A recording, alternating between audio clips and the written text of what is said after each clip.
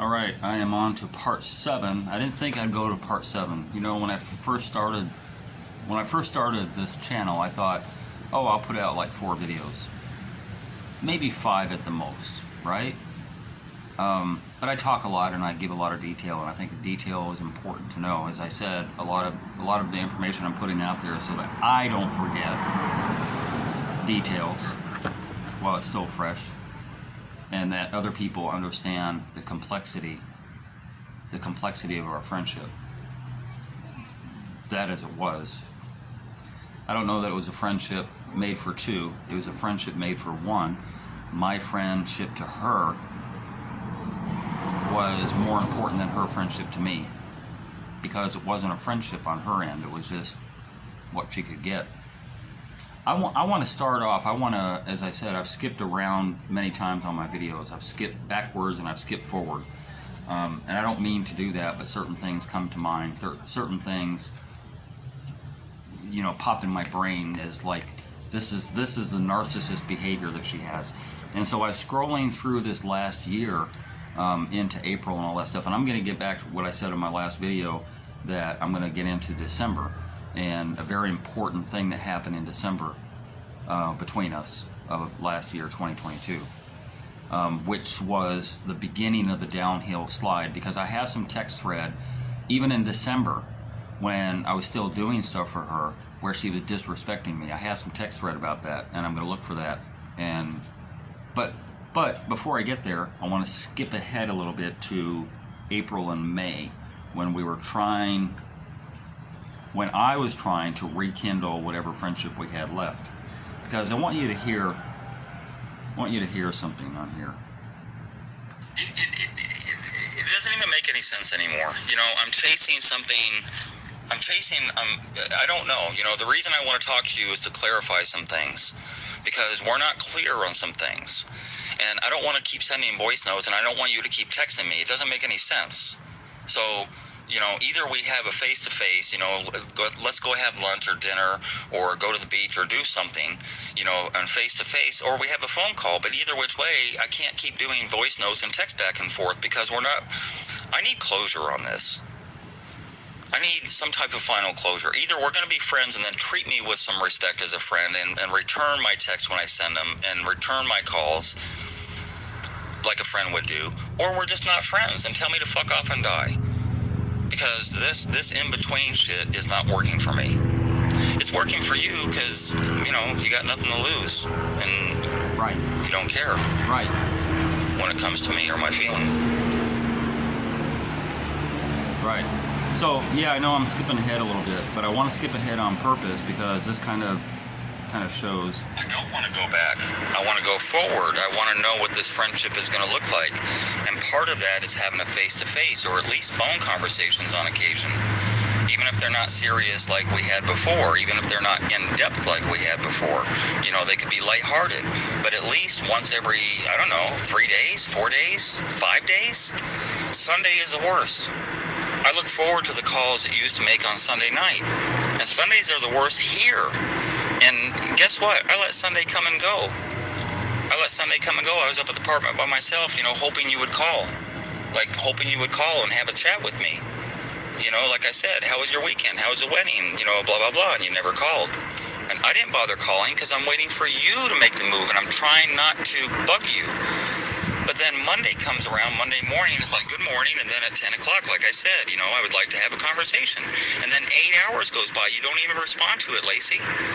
Like, all you have to do is respond. Just say, okay, you know, later on tonight we have a conversation. That's all you have to do. You don't get that. This is part of the conversation She decides. So what made you think that I was going to be a special K? You don't listen. I said I have an appointment in Kingston. I couldn't have my phone with me. So I'm just seeing your missed call. 8 hours later. 8 fucking hours later. Just seeing my missed call. It's not a priority to her anymore. I mean, it's pretty obvious. That will not help you. God doesn't like ugly. You know, it's interesting. Somebody told me... So, hold on, let me in Jamaican culture, see. Hold on, there's something important I want to show. It's good that you're passing, and even better that you got such a great grade on your math. But honestly, Lacey, the way you have treated this from the very beginning of me, just simply expressing my emotion with nothing that you had to do about it except just accept it.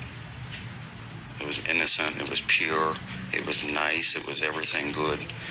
And you just stomped on it because you felt like there was something you had to do, and you didn't have to do anything.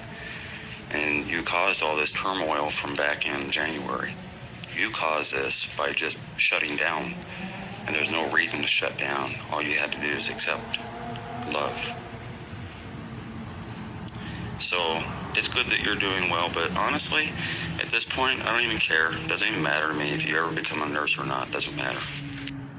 So that's some of the stuff that I'm going to share with you. This is 7. I'm probably going to go into 8 because a lot of this stuff does matter. A lot of this back and forth text that we had going in April or May.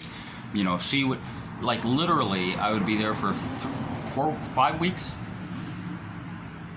4 days would go by.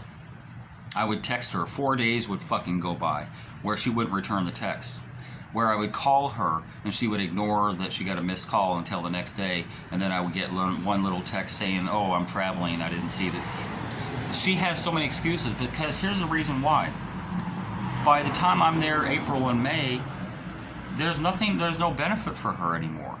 She knows she's not getting nothing. She knows that I missed her birthday on purpose on March 12th. I just ignored it completely because, you know, the way she had treated me from January. Well, from December, really. So there was no purpose. There was no reason. I had no existence in her life anymore because she wasn't benefiting by it. So it was easy for her, 4 days go by. Shit, she's not even counting the time. I am, but she's not because she don't give a shit. She don't give a shit by April, May. She could care less. There's nothing to gain. You remember on the other videos where I said, like, I could literally scroll through here for like 2 or 3 minutes, scroll here through like a slot machine, and a month would go by, right? Every single day we're texting or voice noting, and a month would go by 2 or 3 minutes later as I'm scrolling. And then the next month, and then 2 or 3 minutes later as I'm scrolling, because every fucking day we were communicating. 2 or 3 times a day. Sometimes 4 or 5 times a day. Sometimes, you know, we'd have like a 30-minute, hour-long conversation, like I said on that other voice note, on a Sunday. Typically, we talked on a Sunday to kind of catch up. If we didn't talk during the week, we would catch up on a Sunday. And then, April, May, I can't even get her attention 4 or 5 days later. 4 or 5 days later, she just acts like I don't exist because I don't in her mind. There's no benefit. Anyway, getting back to December. I started noticing, and I wish, I don't want to waste time trying to go back to December. Well, maybe I can. Let me go back to December. Because she was doing that to me a little bit back then, too.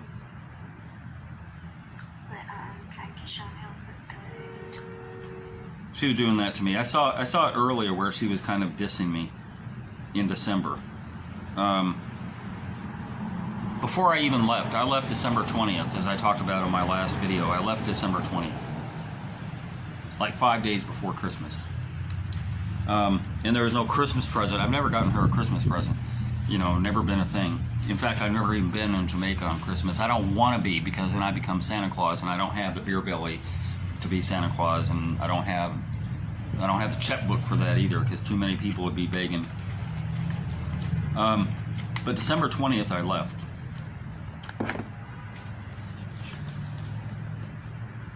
December 19th, I had asked her, I stay at a hotel near the airport before I leave, because I got tired back in the day of trying to, make sure on the day I leave that my apartment's clean. I got to get my car washed, return it to whoever I rented it from. I got to go through a whole heap of stuff in order to get to my flight by, say, 2 o'clock, 3 o'clock in the afternoon, and catch a bus. So I quit doing that years ago, and instead I get a hotel. And I've had friends of mine stay with me at the hotel the night before. Back in the day, it was nice to have the people that are friends with me to stay with me at the hotel. You know, separate beds. Got 2 beds in there. And we just, you know, like, it's the last hoorah before I leave. Lacey's never been able to do that for a couple reasons. One, she's had Kanai around, so that's not going to happen where she can get loose from him on the day that I'm leaving, because it's usually during a weekday. 2, she's had the job Monday through Friday at the bank, so she wouldn't be able to get loose. I don't leave on a weekend, so she's never been able to do that. However, because she was on Christmas break last year, she was able to do that. So on Saturday, either Friday or Saturday, I'm leaving on a Monday, either Friday or Saturday, I asked her if she wanted to come with me to Mobay, you know, before I leave, come up to the hotel. And she's like, yeah, I'd love to. I'm like, oh, cool. This will be nice, you know. I'll have somebody, you know, my bestie, my best friend in the whole wide world with me before I leave. It didn't go well. So she came over Saturday. I scooped her up Saturday. We went on a ride, Sunday. We went on a little car ride up to Highgate. She knows some people up there. I think we stopped at 2 or 3 different places. Just a little Sunday car ride to go like visit people that she knew and stuff like that. It was nice. You know, I always appreciate being in the car with her and having conversation and having her time and all that stuff. It was nice that Sunday. So we get back up to my apartment Sunday evening, and I'm typically not wearing anything anywhere I go. In fact, right now I'm overdressed because I'm outside, but normally I don't have anything on. And she's used to that, and all my friends are used to that. It's not a big deal. But we're sitting on the couch, our legs are kind of intertwined or whatever, and she got panties and bra on, and we're chit-chatting about who knows what, you know, just stuff. And I had been there at that point for almost 6 weeks. And during that 6 weeks, I had nobody. I had no contact, no human contact whatsoever. And I don't have a girlfriend at home, and I don't have a wife.